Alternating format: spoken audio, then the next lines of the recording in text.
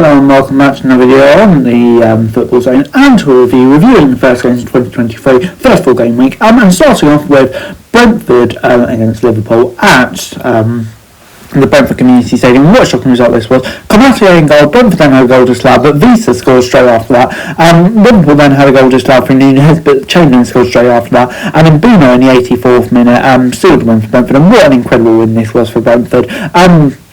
Just totally outplayed Liverpool. They were just a shambles defensively, but yeah, an incredible day for Brentford. What a season they're having. But Liverpool, their issues are still off being fixed, and the Champions League is looking really, really tough for them. Just a not awful night for them. Moving on then to Tuesday's games, and Leicester 0, Fulham 1 was a score at the King Power, and Mitrovic was the only other game in the 17th minute. And yeah, it's a game which maybe Leicester had more of the opportunities and stuff like that, but I think in part that's probably down to Fulham scoring so early, but yeah, they defended really well, held out for the win, and yeah, up to 7th now. They're having just an incredible season, aren't they, as well? But for Leicester, this is really disappointing. Haven't really got the momentum back since the World Cup break, which will be frustrating for them, as they did go into it in such a high. But moving on then to a game that I thought would be Frank Lampard's last in charge of Everton, but it doesn't seem that to be the case. Everton 1, Brighton 4.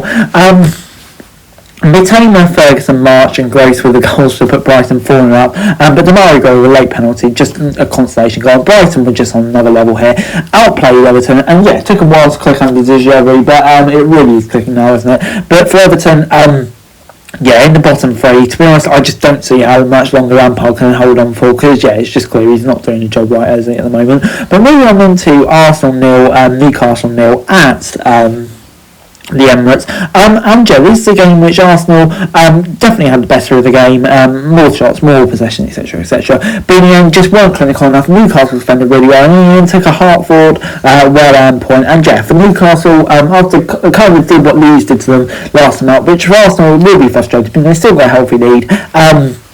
But yeah, I think it's a game that they maybe felt like could have won, but great point for Newcastle, you have to say. Moving on then to Manchester United 3, Bournemouth 0 at Old Trafford. Casemiro, Luke Shaw and Marcus Rashford with the goals. Rashford, the man, just can't stop scoring, can he, at the moment? And yeah, it's a dominant win for United, this one, comfortable one. And the momentum keeps on rolling for Erik ten Hag into 4th place now.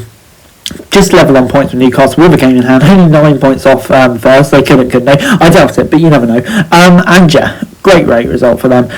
For Bournemouth was always going to be a real free hit, but yeah, you'd have to say another disappointing performance. Moving on into Wednesday's game, Southampton 0, Nottingham Forest 1, and a crucial game down at the foot of the table. And Union came coming in the 27th minute. Big win for Nottingham Forest this one. You'd have to say they were better team. I think the statistic that kind of sums up the two teams at the moment and where they are is shots on goal, Southampton 0, Forest 1, and in the end that was different. But for Southampton, Nathan James is just not clicking at all, is it? You do under 4 games in charge already, then already starting to get cut adrift. Is time running out for him already? But for Forest, a crucial win. Moving on then to Leeds 2, West Ham 2 at Ellen Road. Gonzo with a goal in the 28th minute. Paqueta scored just before half time to make it 1-1, and just after half time Sramaca made it 2-1 to West Ham, but Rodrigo in the 70th minute levelled the scoring again, and it finished 2-2. A game which I would say a draw, yeah, probably the fair result. Wasn't a lot of teams two sides, and pretty performance for West Ham, obviously an emotional day for them, but for Leeds, yeah, at home, I think maybe they will be disappointed not to get the win here. Moving on into Tottenham, who were 4-0 victors at Selhurst Park. Harry Kane with 2 goals, Doherty with another, and Son finally scoring. We haven't heard much from Son this season. Yeah, good win for Tottenham this one. Exactly what they needed after how disappointing the Villa game was, because we all knew that was a really, really poor performance from them. There's absolutely no hiding away from that. So it's a big win for them. But for Palace, yeah, they'll be really disappointed with this performance. Couldn't quite keep up the momentum we've seen from them recently. Moving on then to Aston Villa 1, Wolves 1 at Villa Park. Podence in the 12th minute gave Wolves the lead. Danny Ings loved the scoring with 12 minutes ago, and Leon Bailey, yeah, who was a bit emotional after the game, I think it's fair to say, had a missed great chance in the last minute. But yeah, that meant the game ended a draw. A game which I would say probably deserved to be a draw. Not a lot to choose between the two sides, but for Wolves, good point on the road and their bid to stay up. But for Villa, I think, yeah, frustrating one, especially with that late Bailey miss.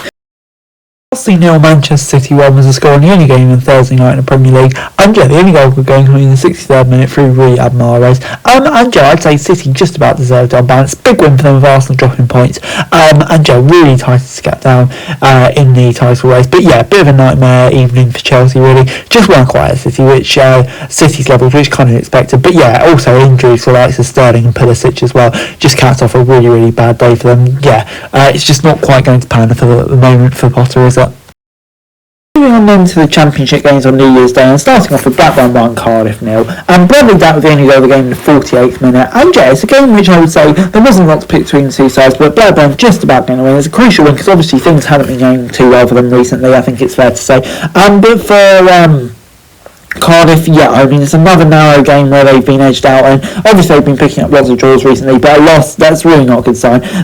Yeah, 2 points above the relegation zone. They need a big January transfer window, of course, but are under an embargo, so yeah, it really is tough times for them. But moving on then for Millwall 3, Rotherham 0 at the Den. Tom Bradshaw, Humphreys with an own goal, and Bradshaw again with the goals for Millwall. A big way going for Millwall. They absolutely dominated Rotherham here, and yeah, with the 5 left side, currently sitting in the playoffs. Great return for Gary Rowett. So, but Rotherham 21st on the table, really are slipping down the table. Just don't look very good at all at the moment. And yeah, I have to say, I really am worrying for them because yeah, let's face it, they're not playing well at all at the moment. They are sliding down the table. Moving on into Luton, who picked up a comeback win against Huddersfield. Holmes with a goal in the 25th minute, gave them a lead before Bell in the 43rd minute drew Luton level, and Berg in the 84th minute got them the winning goal. And yeah, it's a game which I would say Luton deserved to win.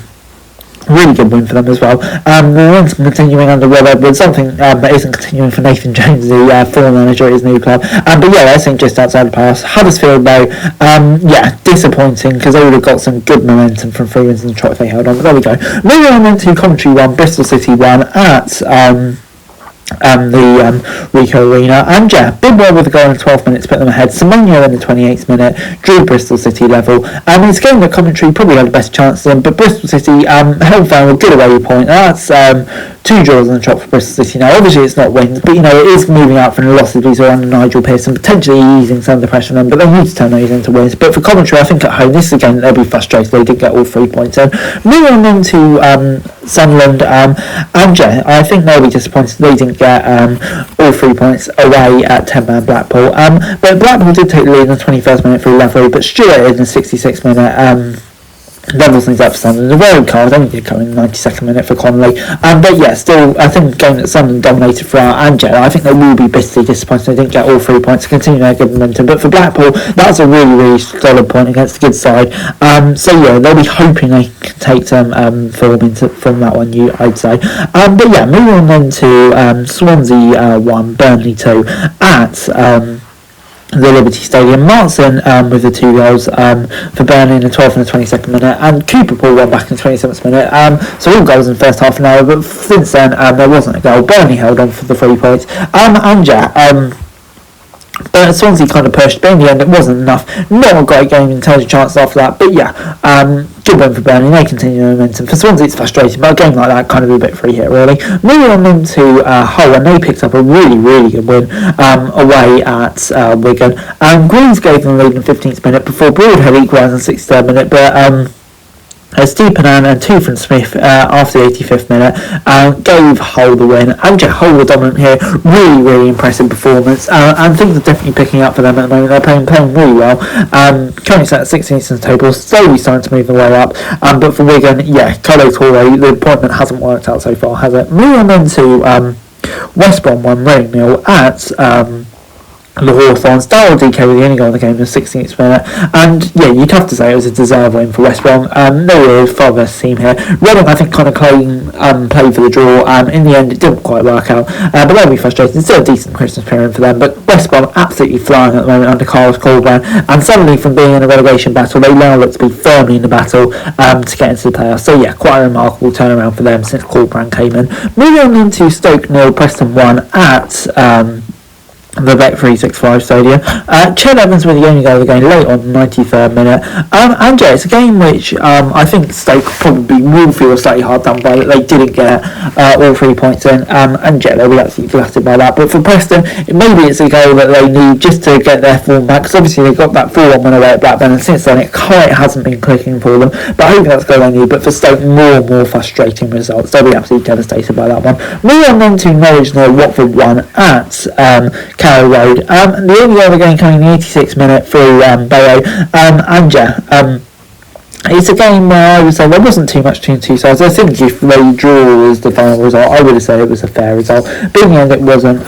Watford picks up the W. And yeah, for Norwich, 11th in the table, it's not good enough. He's fine and new manager. Wagner, I'm not totally convinced, I have to say, but for Watford, a good victory. With lots of injuries at the moment, they're doing really, really well. Moving on into Birmingham 1, Middlesbrough 3 at St Andrews.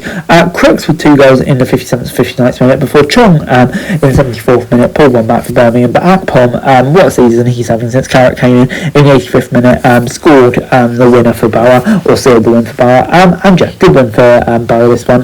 Continuing momentum under Michael Carrick, they were by far the better team here, definitely deserved the victory, I think it's fair to say. And currently set in 5th place, what a turnaround, and yeah, they're looking strong for playoffs. Moving on then to QPR 1, Sheffield United 1 at Loftus Road. Elias Chair in the 11th minute gave QPR lead, and looked like they held on until the 96th minute when John Hagan equalised for Sheffield United. And yeah, they'll be absolutely gutted by this QPR because they played really well and probably deserved the win, I would say, maybe. But I don't know, Sheffield United pardon the pressure, in the end got their reward. But yeah, QPR will be gutted, but can still take some part of the performance like that. But Sheffield United just scraping out a point when they're not playing too well. It's what promotion winning sides do. But anyway guys, that's it. Thanks very much for watching. Like, share, subscribe, no sorts of comments coming for this show. If you're daily football news, subscribe to the channel, it's never greatly appreciated. Thanks very much for watching. Peace out.